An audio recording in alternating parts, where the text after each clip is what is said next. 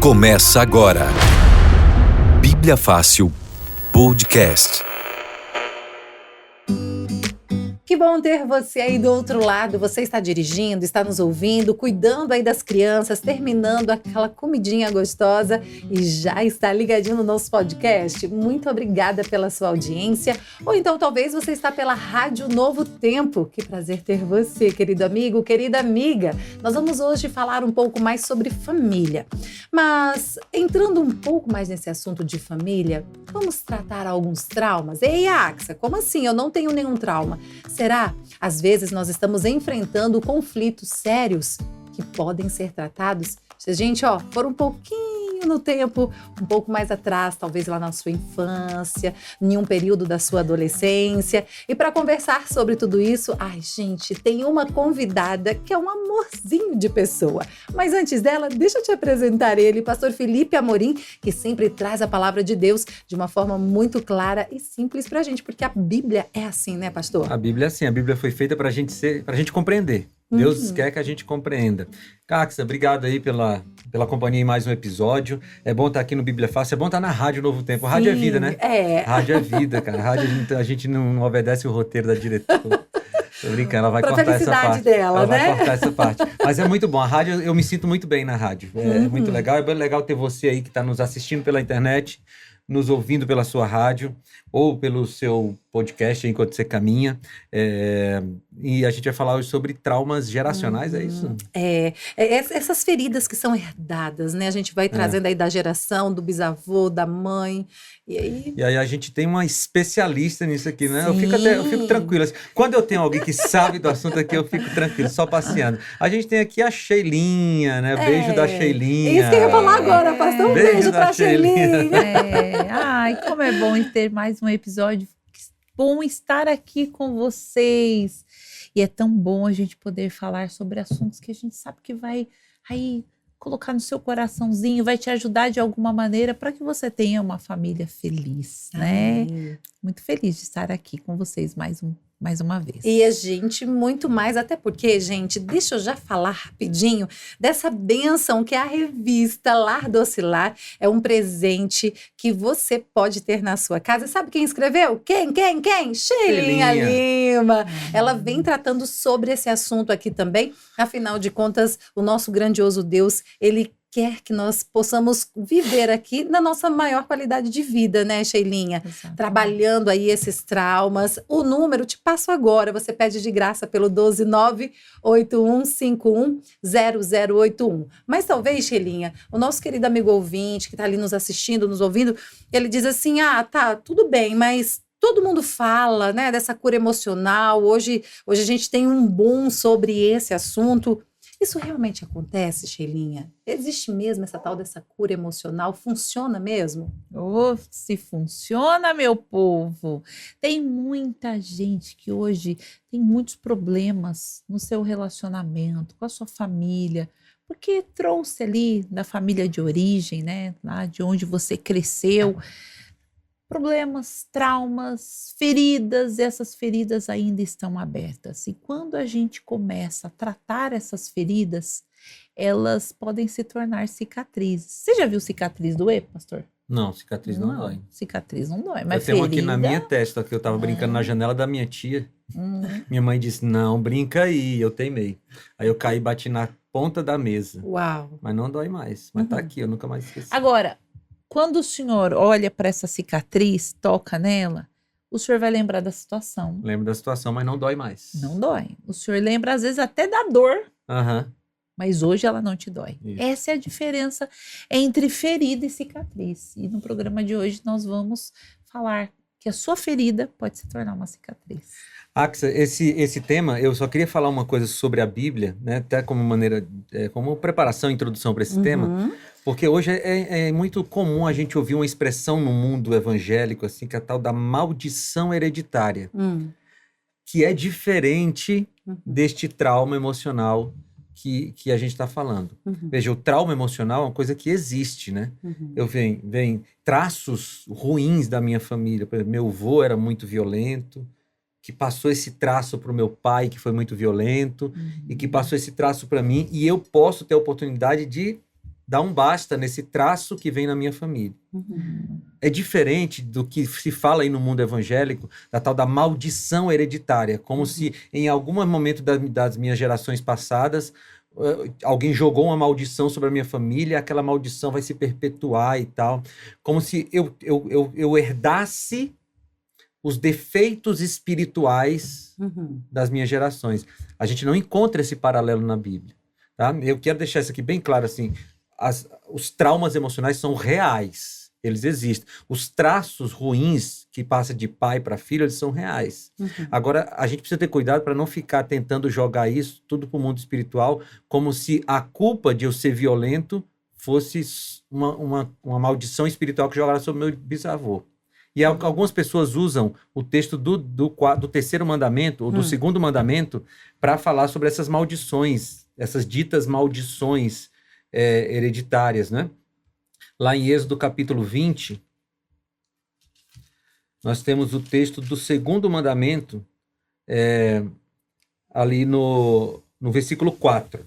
Ele diz assim, ó, não faça para você imagem de escultura, nem semelhança alguma do que há em cima no céu, nem embaixo na terra, nem nas águas debaixo da terra. Não adore essas coisas, nem preste culto a elas, porque eu, o Senhor, seu Deus, sou Deus zeloso, que visito a iniquidade dos pais nos filhos até a 3ª e 4ª geração daqueles que me odeiam. Mas faço misericórdia até 1000 gerações daqueles que me amam e guardam os meus mandamentos. Veja... E rapidinho, pastor, por exemplo, na tradução da minha, fala castigo, né? Sim. Que como se Deus trouxesse esse castigo. Não, Deus castigou e a gente tem que aguentar. Isso. Veja, o que o terceiro mandamento está falando são sobre consequências daquilo que os nossos antepassados fizeram. Veja que essa tradução aqui, a Nova Almeida Atualizada, ela traduziu mais próximo do original. No versículo 5 ele diz, eu sou Deus zeloso que visito a iniquidade dos pais nos filhos. E no versículo 6 ele diz assim, mas faço misericórdia até 1000 gerações. Veja que visitar é um verbo passivo. Eu estou vendo uma coisa que eu não causei. Eu estou visitando a iniquidade dos pais nos filhos.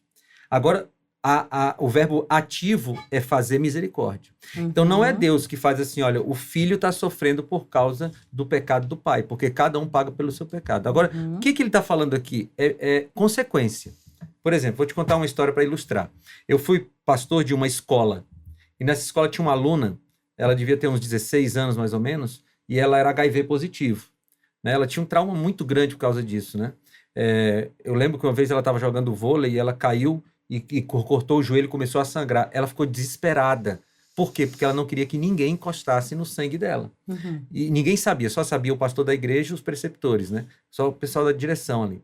Os colegas não sabiam, mas ela ficava desesperada. E uma vez ela me perguntou, pastor, por quê?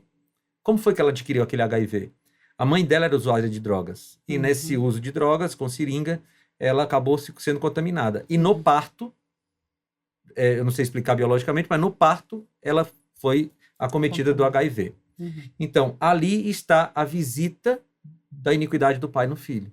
Por quê? Não foi Deus que colocou HIV naquela menina, mas ela está sofrendo as consequências do pecado da mãe dela. O traço emocional ruim, seja da violência, da promiscuidade, que eu aprendi de alguma forma com o meu antepassado, com o qual eu convivi, ele não é uma maldição que Deus colocou sobre a família. Ou uma maldição que o diabo colocou sobre a família. Mas é uma coisa que precisa ser curada.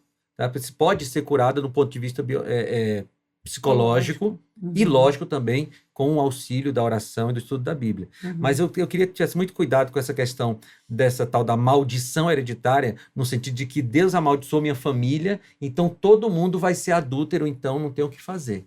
Porque é uma maldição da minha família. Por quê? Porque eu terceirizo a culpa das minhas decisões para uma coisa que Deus colocou sobre a minha família. Então era só essa diferença, mas do ponto de vista psicológico, sim, nós temos traumas que a gente carrega e que precisam ser tratados e que afetam a família de maneira muito forte, né, Sheila? E foi muito bom o senhor falar sobre isso, porque assim, é muito comum a fala do paciente quando chega ao consultório dizer assim, Sheila, eu já sei que minha vida vai ser assim, porque com a minha avó foi assim. Com a minha mãe foi assim e comigo está sendo assim. Então, uma vez eu atendi uma paciente que o avô era alcoólatra, O pai era alcoólatra e ela casou com alcoólatra. Só que ela tinha uma menina pequena, devia ter ali uns 6, 8 anos mais ou menos. E ela disse assim, e eu sei que a minha filha vai casar com alcoólatra. Nossa. Eu disse, querida, não faça isso. A gente precisa cortar esse ciclo, né? E a gente tem formas para cortar isso. E uma das formas para nós cortarmos isso é curando as nossas feridas. Se você se curar, a sua filha não precisa crescer com essa ferida. Mas o que ela tinha na cabeça? Isso que o pastor falou. Acreditando que aquilo já era uma maldição da família, né? Outros chegou até com outro... Conversar com a menina sobre isso seria útil também, Sheila? Sim, né? Lembrando que dentro da fala, né? Da idade ali, sim, né?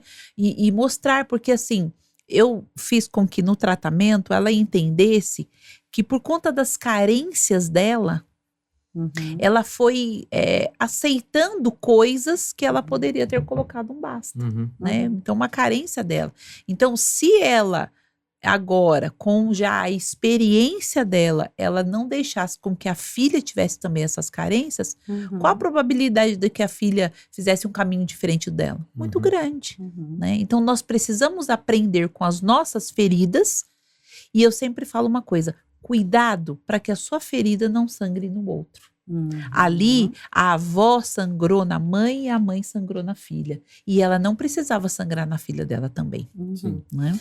Agora, olha só, Sheilinha, nós temos aqui o Eduardo, ele é de Belém. E aí, Eduardo, obrigada pela sua pergunta. Traz um açaí pra gente aí, Eduardo. Eita glória. Açaí, me deu fome agora, hein? Que delícia. Um peixinho.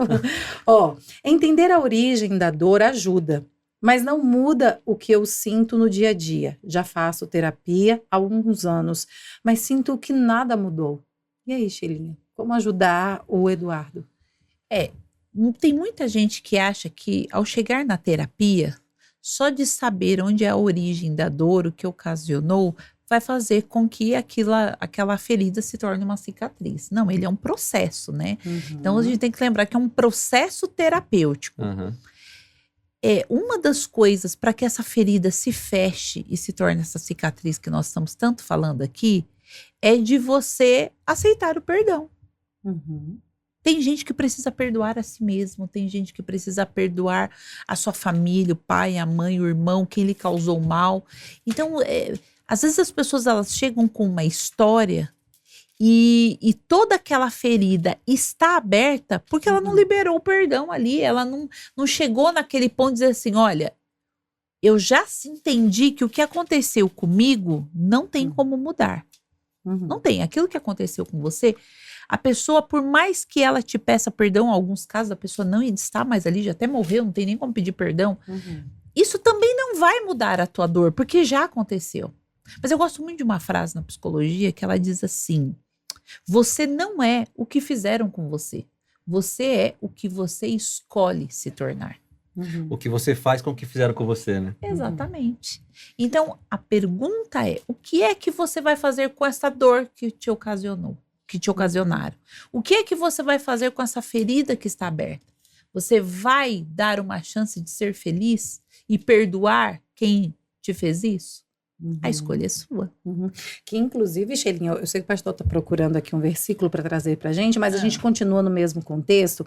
A Cláudia diz assim, se eu já sei que tenho feridas emocionais, sei quais são meus gatilhos, ou seja, ela passou por terapia, hein? Se ela sabe quais são os gatilhos. Essa daí ou passou ou está em terapia. Por que continuo repetindo os mesmos padrões? Eu tento ser diferente, mas não consigo. Você trouxe um pouco dessa fala, eu queria que você aprofundasse mais. Porque a mudança, ele é um processo.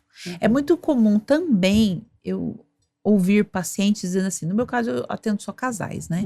Da pessoa dizer assim, aqui Sheila, falou que vai mudar, seja homem ou mulher. Falou que vai mudar, muda. Aí muda lá, um mês, depois volta tudo o que era antes. É porque a pessoa ela está tentando. Gente, se mudar algo em nós é tão difícil.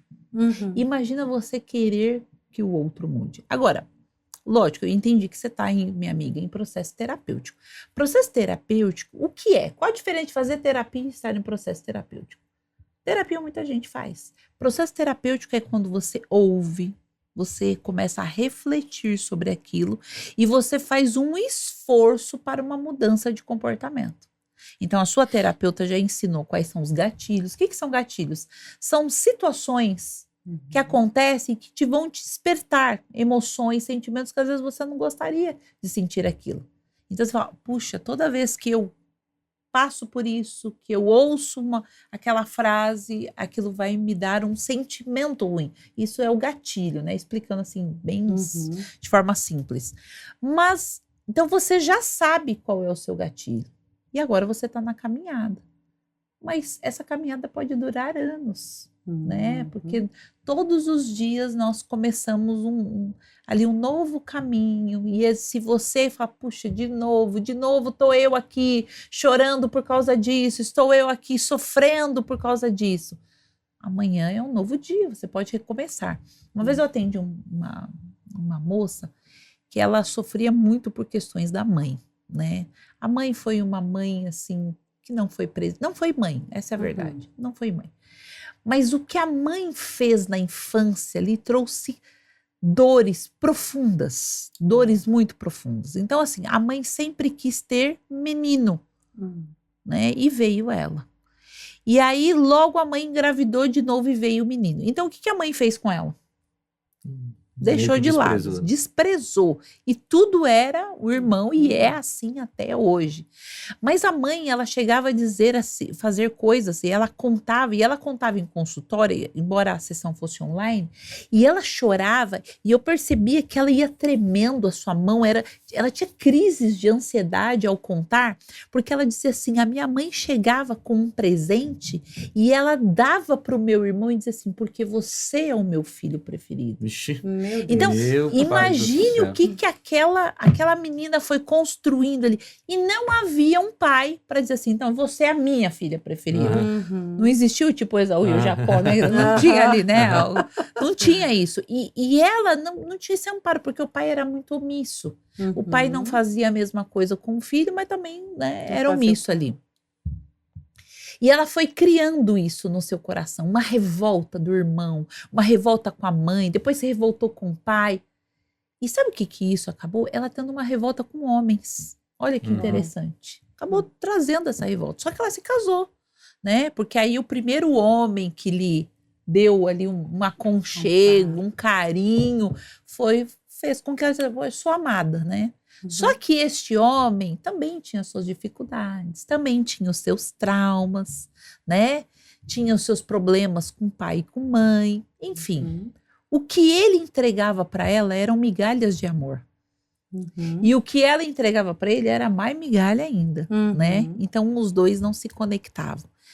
E eu só sei que quando a gente foi estudar essa vida dela, entender os traumas, entender tudo, ela entendeu que se ela quisesse amor ali, carinho, ela precisava também dar isso, porque isso também era uma falta. Mas ela já tinha colocado no seu coração que ela tinha raiva dos homens, por causa do pai omisso e do irmão que era o queridinho. E nós tivemos que fazer todo um tratamento. Foi um tratamento longo, muito longo. E ela teve... E mais uma coisa, olha como são as feridas. Ela queria muito ter um filho, mas ela queria ter uma filha. Ela não queria ter um menino. E ela morria de medo de engravidar e vir um menino. E na cabecinha dela, e depois eu a fiz enxergar isso, ela queria ter uma filha para compensar tudo aquilo que ela não teve da mãe para colocar na criança. Sabe o que é isso? Traumas. Feridas profundas, e isso foi com o tempo. Então você, provavelmente, minha amiga, você está indo em processo terapêutico. Aceite as suas dores, aceite a sua história, perdoe a si mesmo, perdoe os outros, mas entenda que essa ferida, ela leva um tempinho para cicatrização. E deixe sua terapeuta aí trabalhando com você. E mais ainda, peça ajuda do Senhor, porque existem feridas que só o Senhor colocando a mão que elas são fechadas. Tem uma história na Bíblia sobre essa questão de feridas que foram abertas e geram muitos problemas que eu fiquei pensando aqui, eu queria dividir com vocês. Vocês já ouviram falar de Absalão, né? Absalão dos filhos de Davi, o cara era muito bonito. Né? Só pra você ter ideia, assim, fisicamente ele tinha tudo para ser, ele era o príncipe, né? E ele era realmente um príncipe, como diriam as meninas. Olha aqui, no 2 Samuel 14, 25, diz assim, todo Israel não havia homem tão celebrado por sua beleza como Absalão. Desde a planta do pé até o alto da cabeça não havia nele defeito algum. Eita, Ainda bem que eu não vivi perto dele, que eu tinha uma inveja danada do Absalão, né? Ele era um homem muito bonito e tal, mas ele tinha uma ferida no coração dele. Eu vou contar aqui rapidamente. Se você vai em 2 Samuel, a partir do capítulo 13, começa uma tragédia na vida de Davi, né? O seu filho Amnon estupra a sua irmã Tamar. Os dois são filhos de Davi, né? Então Amnon estupra Tamar. E Absalão, que era filho de Davi também, ele ficou esperando que Davi fizesse alguma coisa contra Amnon. E Davi não fez absolutamente nada. E nem acolheu Tamar. Quem acolheu Tamar, depois do estupro, foi Absalão. Ele levou ela para casa dele. E ele ficou esperou um tempo, Davi não fez nada, Absalão foi lá e matou Amnon. Né? Numa emboscada, ele matou seu próprio irmão. Davi não falou nada com Absalão. Absalão fugiu para a casa do avô, ficou lá na casa do avô um tempo, depois voltou e disse assim, eu quero falar com meu pai. Aliás, ele não chama Davi de pai, né? Ele chama Davi de rei. Os filhos de Davi não chamam Davi de pai, só Salomão chama Davi de pai nos provérbios. Né? Davi parecia ser um pai muito difícil, né? Então Absalão, ele volta desse exílio da casa do avô, fica mais 1 ano morando perto da casa do palácio, e Davi não chama Absalão para falar. 7 anos depois daquele assassinato, do estupro de Tamar, finalmente Absalão e Davi se encontram. E o que a Bíblia diz? Lá já no capítulo 14, diz que Davi deu um beijo no rosto de Absalão e deixou ele embora, disse para ele ir embora. Não conversou sobre o estupro, não conversou sobre o assassinato, não conversou sobre o tempo que Absalão ficou fora, deu um beijinho e foi embora. Isso criou uma ferida tão grande em Absalão. Olha o que aconteceu. Agora eu vou ler o capítulo 15 de 2 Samuel, a partir do versículo 5, diz assim. Versículo 4. Absalão dizia, mas, quem me dera ser juiz na terra, para que viesse a mim todo homem que tivesse demanda ou questão, para que eu lhe fizesse justiça. Também, quando alguém se aproximava para inclinar-se diante dele, ele estendia as mãos, abraçava-o e o beijava. Absalão agia desta maneira com todo Israel que vinha ao rei para pedir justiça, e assim conquistava o coração dos homens de Israel. Ao final de 4 anos, Absalão disse ao rei, deixe-me ir a Hebrom, cumprir o voto que fiz ao Senhor. E a partir daqui, Absalão levantou uma revolta contra o seu pai Davi, uma guerra, de tal forma que Absalão foi morto pelo exército de Davi. Né? Por que Absalão estava pregando justiça, traindo o seu próprio pai? Né? Porque as pessoas iam ao rei, a Davi, para pedir justiça, e Absalão disse, vem cá, vem falar comigo. Se tivesse justiça nesse reino, o rei deveria fazer justiça por você. Absalão estava com a ferida aberta porque ele foi injustiçado. E veja como isso é verdade, porque no capítulo 14, no versículo 27, diz assim, também nasceram a Absalão 3 filhos e uma filha. E a filha se chamava Tamar. E era uma mulher muito bonita. Tamar, sabe qual era o nome de Tamar? Sabe de quem era esse nome antes de ser da filha de Absalão? Da irmã dele que foi estuprada. Ele colocou na filha dele o nome para ele não esquecer o nome da dor dele. Da dor dele. Agora, ele não esqueceu da dor. Pastor, olha só, muitas vezes eu olho a Bíblia e eu vou lendo a Bíblia e eu vou com o olhar da terapia, né? Se Davi estivesse lá no consultório, eu diria para ele, você já parou para pensar que você rejeita, porque foi uma rejeição que ele fez com Absalão, mas porque você foi rejeitado? Sim. Davi veio de uma família, e na revista eu falo sobre isso, eu cito Davi na revista. Davi veio de uma família totalmente disfuncional. Ele sofreu rejeição, ele sofreu traição, ele sofreu abandono dos seus irmãos. Os irmãos não acreditaram nele. Então ele não teve referência familiar para ser o pai que ele poderia ter sido, né? Mas quando a gente olha, e aí eu queria falar com essa nossa ouvinte o seguinte, quando nós vamos olhar às vezes para a vida do outro, nós temos uma característica, né, de colocar, atacar, falar dos defeitos. Mas se nós olharmos o histórico de vida daquela pessoa, a gente começa a mudar a nossa lente. A gente começa a falar, puxa, essa é uma pessoa que também tem feridas, tem dores como eu. E isso ameniza um pouquinho a nossa dor. Não estou dizendo que vai sair a tua dor, mas vai mudar a forma como você enxerga o outro. Isso faz toda a diferença. E essa história de Absalão aqui me chamou muita atenção porque o final foi trágico, né? Você tem um pai ferido, como a Shelinha falou, Davi, que tem todos os seus traumas, que de alguma forma permitiu que esses traumas fossem transferidos para os seus filhos. E aí você tem Absalão agora ferido, que se revolta contra seu pai, tem toda uma guerra. Absalão é morto pelo seu primo, Joabe, que era general de Davi. E olha como é que a Bíblia descreve o final de Absalão e como Davi reagiu. Aqui, capítulo 18 agora, 2 Samuel 18, a partir do 32. Então o rei, que é Davi, perguntou ao etíope, vai bem o jovem Absalão?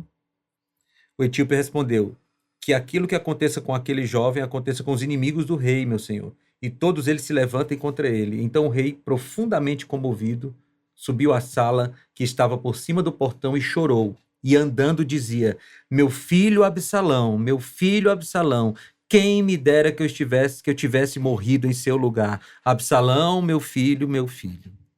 Veja, Davi chamou Absalão de filho. Isso aqui para mim é muito, muito duro. Davi chamou Absalão de filho, quando Absalão não podia mais ouvir seu pai chamando ele de filho. Lá, quando estava acontecendo toda aquela história com Tamar, com Aminon, com Absalão, em nenhum momento você vê na Bíblia Davi chamando Absalão de filho ou Absalão chamando Davi de pai. No dia que Davi resolveu ser pai, já não dava mais tempo. Essa história para mim é muito dura, assim. Para mim é uma das histórias mais trágicas da Bíblia. Mas você vê que uma ferida aberta em Davi, que não foi tratada e abriu em Absalão, gerou uma tragédia familiar e um pai que certamente carregou este trauma de não ter sido o pai que deveria ter sido até morrer. É tanto que você vê que Davi parece que foi um pouco diferente com Salomão. Parece que ele acordou do que ele fez.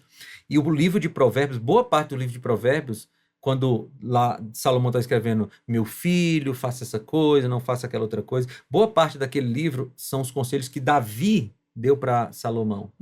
A ideia que eu tenho é assim, parece que Davi disse assim, cara, eu vou fazer pelo menos com Salomão diferente do que eu fiz. Eu não vou repetir o ciclo de dor, né? Eu não vou deixar que haja uma repetição de dor e de tragédia na minha família. Sim, e nós não queremos que isso também se repita na sua família. Por isso que esse presente, olha, ele precisa estar na sua casa. É a nossa revista Esperança, Lar Doce Lar, que tem um capítulo só tratando sobre traumas familiares.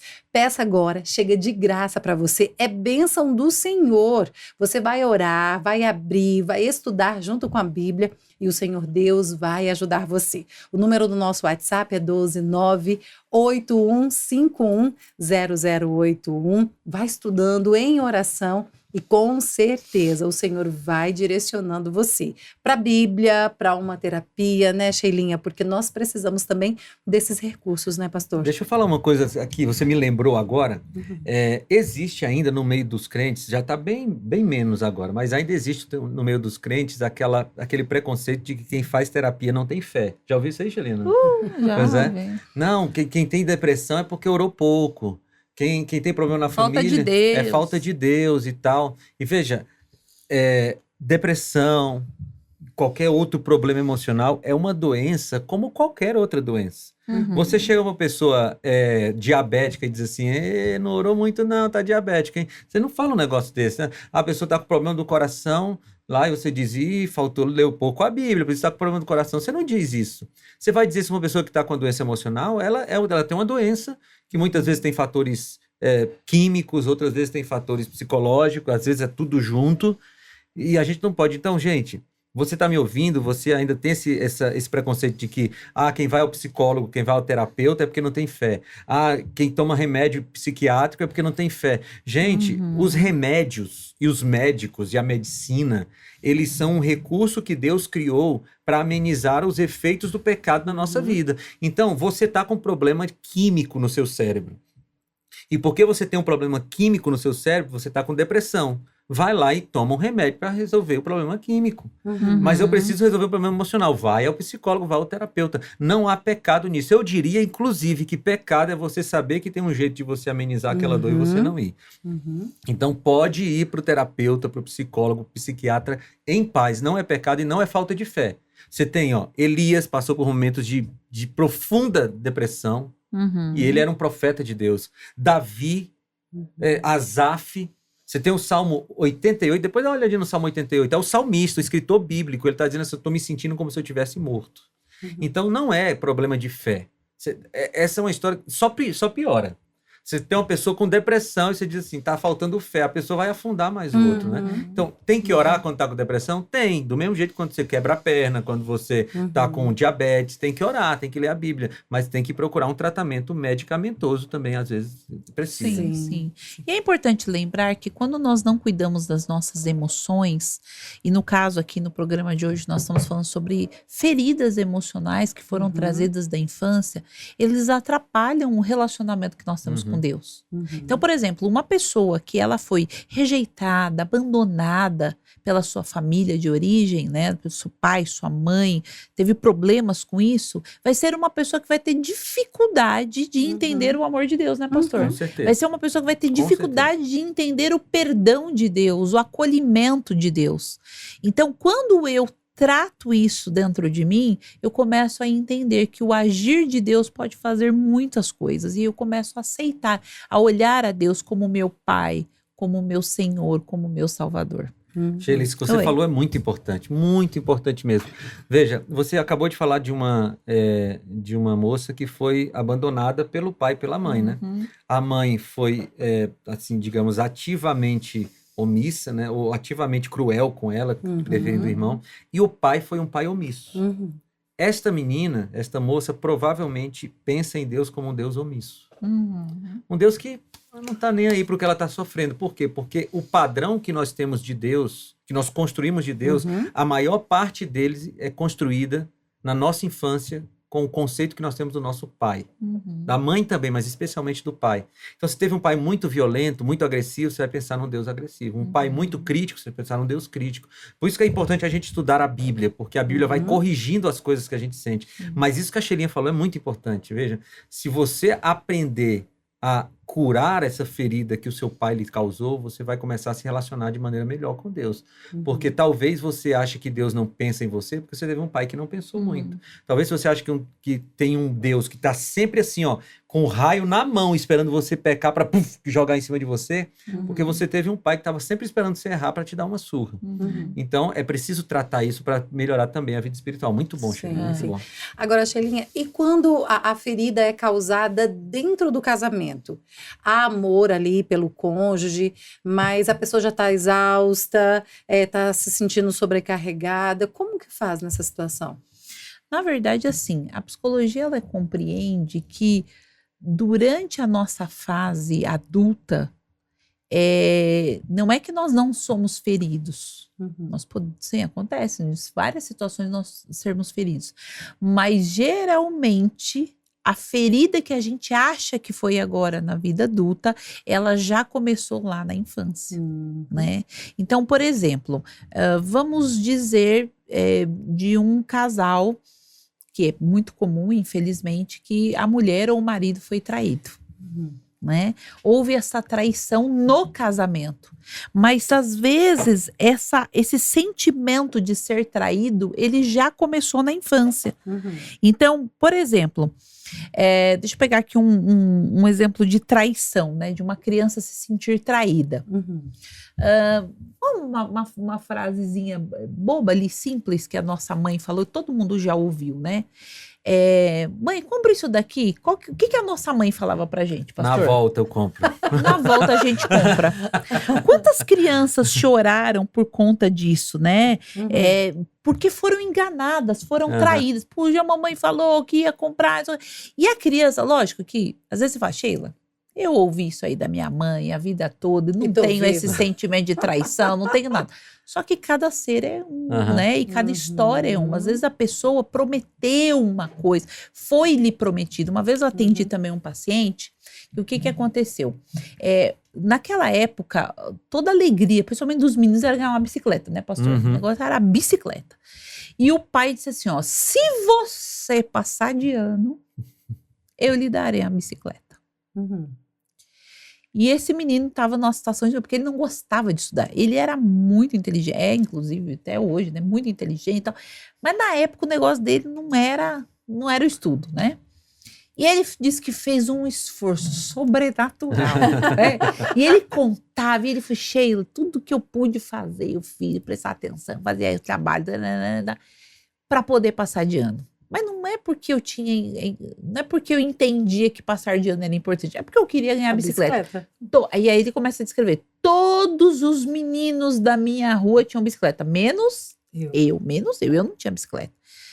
E aí eu passei de ano, e chegou o Natal, e o meu pai não deu uma bicicleta. E aí quando eu fui esperar, ele me deu lá um carrinho, um negocinho e tal, mas não era a bicicleta que eu esperava. E o meu pai olhou bem para mim e disse assim, você não fez mais do que a sua obrigação.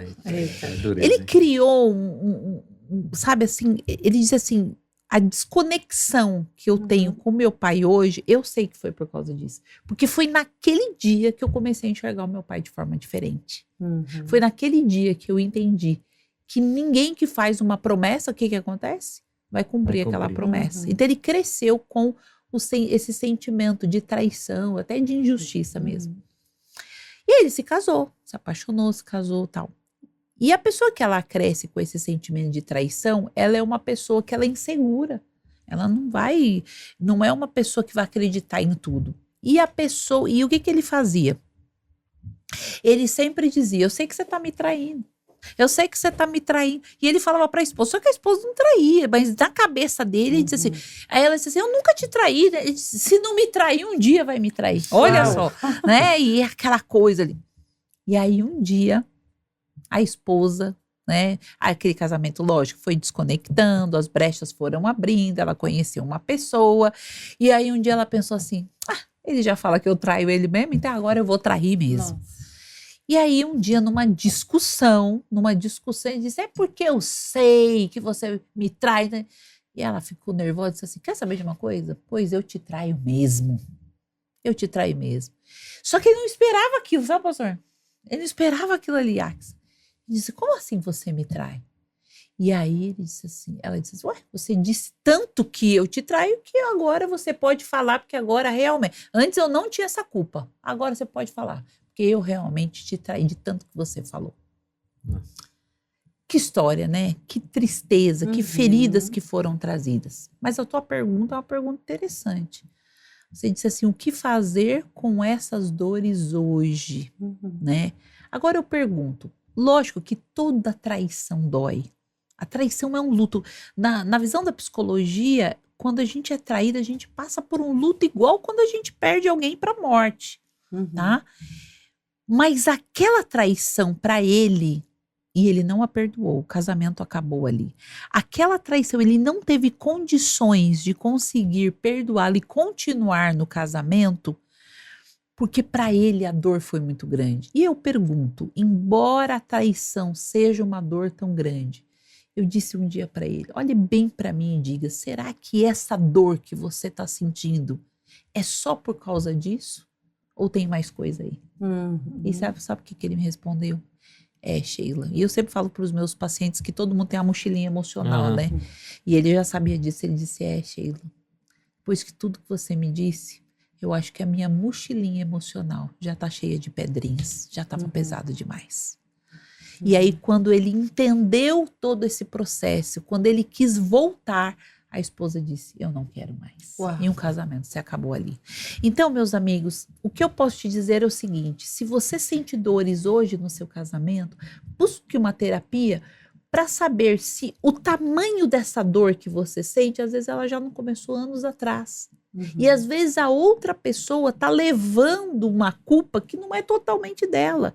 Entendeu? Tem a culpa da pessoa, mas não é totalmente dela. E aí vem aquela frase que eu falei lá no início desse programa. Existem pessoas que sangram as suas feridas em outras pessoas. E a gente precisa tomar cuidado com isso. Você falando aí, Sheila, e eu aqui eu vou confessar aqui na nossa terapia. Fala, O pastor. maior medo que eu tenho hoje, meu maior medo que eu tenho hoje é passar para os meus filhos alguma coisa desse tipo. Hoje, assim, eu tenho grandes desafios na minha vida, né? Gravar o Bíblia Fácil na rádio, na TV é um desafio gigantesco. Agora eu vou ser professor de teologia. Tudo isso me dá um friozinho na barriga. Mas o que me dá frio na barriga de verdade é a educação dos meus 2 meninos, assim. Porque eu fico pensando, ouvindo essas histórias, assim, meu Deus, será que eu tô acertando? Será que eu não tô acertando? E a gente só descobre se acertou, se errou, quando não dá mais tempo de fazer muita coisa, né? Mas um dia, eu tava... Eu nem sei por que eu tava nervoso. Sei lá, muito trabalho, alguma coisa assim. E o Daniel fez uma coisa que, numa situação normal, passaria, né? Passaria, coisa de criança. Mas naquele dia eu dei um grito nele. Dei um grito nele, ele saiu chorando e tal. A Flor veio, conversou. Mas você não tinha necessidade de fazer isso. E aí, eu acho que isso foi à noite, já perto de dormir. Aí amanheceu o dia, eu vim trabalhar aqui na Novo Tempo e aquele negócio meu, não, você não devia ter feito isso, tal, não sei o quê. E o menino não merecia isso. Realmente não era um negócio para fazer aquilo. Ficou tão forte na minha cabeça que naquele dia eu saí mais cedo do trabalho, voltei para casa e disse, vem cá, Daniel, senta aqui. Eu olhei nos olhos dele e pedi perdão. Disse, cara, me perdoa, porque eu não era com você e tal. E eu acho que ele devia ter uns 6 anos, ele olhando para mim assim, eu nem sei se ele entendeu, mas eu acho que entendeu. E aí eu pedi perdão para ele, e naquele dia ele disse, não, papai, eu te perdoo e tal. E eu espero que tenha, enfim, amenizado, mas a gente tem que se preocupar muito, né? Porque a gente está falando de feridas que a gente recebe, mas a gente tem que se preocupar também com feridas que a gente causa, né? Que a gente passa. Quem é pai de criança e tal, tem que se preocupar para ver se não está fazendo como Davi fez, né? Deixando as minhas feridas criarem feridas nos meus filhos. E aí você vai perpetuando histórias de traumas que isso me preocupa muito. Me preocupa demais. Pastor, e deve ser uma preocupação de todos nós, né? Quantos casos eu já atendi de hoje adultos que apanharam na infância e batem demais no filho porque falam, mas é assim que eu aprendi. E tô vivo. E deu certo, né? Aqui é o resultado, ó, Sheila. Hoje eu sou isso, sou um empresário, faço isso, deu certo. E eu sempre pergunto assim, tá, deu certo, o resultado deu certo. Mas quanto custou isso? Qual foi o custo emocional? Né? Eu apanhei demais. Engraçado, minha mãe tá com 82 anos, né? E ela vai brigar comigo depois que ela vê isso aqui. E aí eu falo, mãe, mas a senhora me bateu, né? Ela fala, Sheila, você pode ser mentirosa, se eu te bati uma vez foi muito. Ela não lembra. As minhas irmãs lembram, ela não lembra. Né? E eu apanhei. E assim, tem muitas vezes que eu apanhei, eu falei, eu era terrível, né? Eu era terrível, né? Mas tinha vezes que eu falei, mas por que eu tô apanhando? Esse aqui já é o crédito. Eu sei que já... Eu nem sabia porque eu tava apanhando, né? E são coisas que a gente vai trazendo, né? E eu penso assim, hoje, né? Será que se eu tivesse um filho, né? Eu acabaria levando isso para os meus filhos, né? Então, tratar isso é tratar a geração. E eu sempre digo que uma família curada, ela cura gerações, né? Então, mas uma família doente, ela adoece também uma geração. Não, isso para mim, talvez isso envolva um pouco do meu medo, assim, porque não é só o meu filho, é o meu neto, se Jesus não voltar, o meu bisneto, entendeu?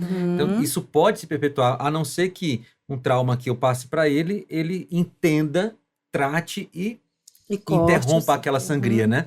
Mas realmente é assustador. Esse negócio de educar filho é um negócio assustador.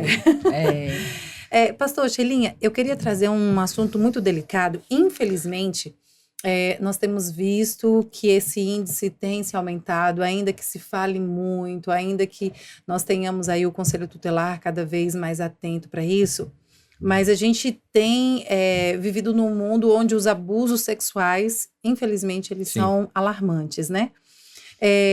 Eu não vou falar o nome da pessoa aqui, né, por respeito, mas ele diz assim, ó, eu fui abusado na infância. Hoje sinto as consequências disso no meu casamento. Então, ou seja, isso é algo lá atrás, né? Eu fico pensando nas próximas gerações, ou uma vez que na nossa realidade muitas crianças estão sofrendo isso. É justo eu pagar hoje por erros que, aí o que me assustou um pouco mais, que meus parentes cometeram comigo, ou seja, não foi um abusador específico, vários, foram né? vários abusadores. Esse menino tem uma ferida gigantesca, ele precisa de um tratamento multidisciplinar. Uhum. Ele precisa se perdoar, ele precisa perdoar, e isso é difícil. Uhum. A Bíblia nunca diz que perdoar é fácil, ele tem que perdoar os abusadores dele, ele precisa perdoar os abusadores dele. Agora, quando eu falo de tratamento multidisciplinar, ele precisa do tratamento espiritual e ele necessita do tratamento psicológico, né, Shelly? Ele precisa, né? Agora, pastor, por que a AXA traz um assunto desse só no final? Fala pra mim. Pois é. Eu não entendo, né? No outro episódio também, ela jogou uma bomba na gente, assim, né? Ela fica esperando o momento assim. Por que, AXA, você faz isso? É para já aguçar os nossos ouvintes e telespectadores Pois é. para os próximos podcasts. Mas olha, se você falasse, Sheila, conta aí 10 histórias, eu contaria 20 histórias de abuso para Aham. vocês aqui. E ele é um homem, Isso. né? Tá. E você sabe que tem aparecido cada vez mais. As pessoas parecem que estão conseguindo falar um pouquinho Uhum. mais, né? Principalmente os homens que foram abusados. Eu sempre digo uma coisa, sabe, pastor? Sei que tem 2 meninos. Engraçado que os filhos do pastor é totalmente diferente um do outro, né, pastor? Completamente. Eu olho assim, eu falo, Parece que são pais diferentes. gente, é muito diferente ali. Eu sempre digo assim, se eu tivesse um filho, uma filha, eu jamais, gente, me julguem, eu jamais deixaria dormir em outro lugar sem ser comigo e com meu marido. Porque os casos de abusos que chegam em consultório e que hoje, veja, eu não atendo criança, eu só atendo adulto. Os casos de abuso sexual chegam, eles geralmente ali é dentro do âmbito familiar. Uhum. Primo. Eu tenho certeza que se eu conversasse com esse nosso ouvinte, ele ia dizer ou é irmão, ou é primo, babá, Uhum. tá? Meninos também são abusados na infância, né? Então eu teria, assim, muitas histórias terríveis. Mas, assim, a pergunta dele, né? Por que eu tenho Tem que que pagar? pagar. Bom, nós estamos no mundo pecaminoso, né, Uhum. pastor? É a consequência do pecado, É. mas o pastor disse muito bem. Você precisa de uma terapia para você compreender que aquilo que fizeram com você, como eu disse ali um pouquinho antes, não é sua culpa. Mas agora você tem uma história para frente. E é provável, tá? Diante de tudo que eu já ouvi em consultório, é provável que alguns comportamentos seus hoje, comportamentos que você se culpa, sejam por conta disso. Quer ver um exemplo, gente? Muito comum. Meninos, né, que foram abusados, ao chegarem na fase adulta, geralmente têm compulsão sexual. Vão para a questão da pornografia. Então, assim, isso vai atrapalhar lá no casamento, né? Então, pornografia, masturbação, uma coisa tá ligada à outra. Uhum. Tudo porque houve um abuso. Ou, às vezes, não foi o abuso sexual no ato em si, mas foi um assédio. Uhum. Ou às vezes não foi um assédio, mas a criança, ela foi posta ali, né? Colocada a questões ali sexuais muito cedo, né? Eu lembro de uma vez, dá tempo de contar uma historinha? Dá. 5 minutos já? Não, né? Tá. Rapidinho. Eu lembro de uma vez de um paciente que ele disse assim, Sheila, o meu pai, ele tinha, sabe aqueles nordestinos bravos, né? Aham. Ele falou, o meu pai, ele tinha tanto medo de eu me tornar um homossexual que ele me levou a uma casa noturna Uau. com 10 anos. Misericórdia. Meu E ele disse Deus. assim, aqui, meu filho, tem tudo que você precisa para ser homem. E ele é homem hoje, Aham. sim, né? Ele é tal. Ele disse, mas isso lhe trouxe uma compulsão sexual? E assim, ele já tá no 3º casamento. Uau. E tava acabando, porque ele chegou lá porque tava acabando esse 3º casamento. Uhum. E ele disse, Sheila, será que eu vou ter que ir pro 4º casamento? Eu falei, meu amigo, olha a sua história. Por que esses 3 casamentos não deram certo? Porque ele, além de ter a esposa, ele acaba tendo outras parceiras. Não é uma parceira sexual. Ele acaba buscando outras parceiras sexuais. Então, assim, isso precisa ser resolvido. Uhum. E isso não vai ser resolvido só com uma história, uma conversinha. E nem só dizendo, tá bom, eu perdoo. Não, tem que ter tratamento. Sim. E quem vai dar esse tratamento para você vai ser realmente uma ajuda profissional. Esse é um assunto muito importante, assim, eu fico feliz da gente trazer isso aqui no Bíblia Fácil, porque a Bíblia, ela tem essa dimensão. A Bíblia, ela tem eu diria, o formato teológico da Bíblia é o formato da cruz. Ela tem uma dimensão vertical e ela tem uma dimensão horizontal. A Bíblia nos liga a Deus e a Bíblia nos ajuda a lidar com as questões da terra, né? Então, a gente precisa realmente falar sobre esses assuntos.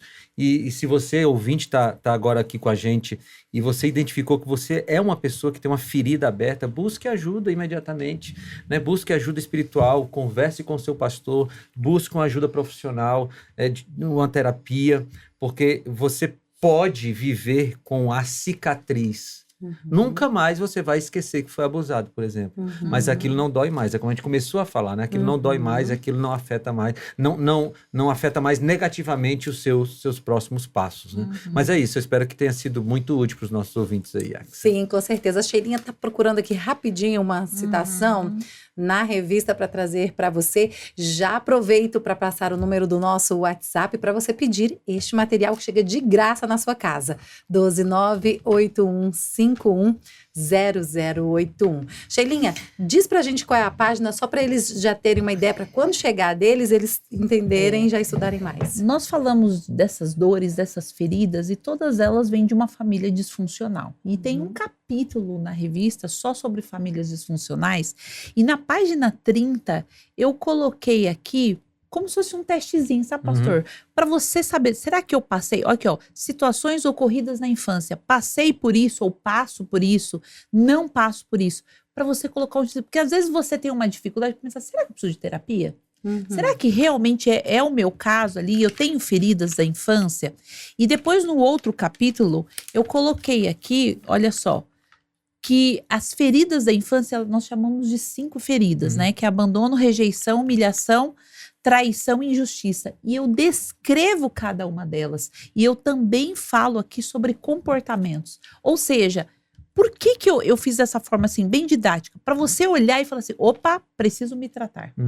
Opa, preciso de ajuda. Então assim, você não pode deixar de pedir essa revista Lar do Oscilar, eu tenho certeza que vai ser ali, se você não faz terapia, isso é algo para você olhar e falar assim, eu preciso de terapia.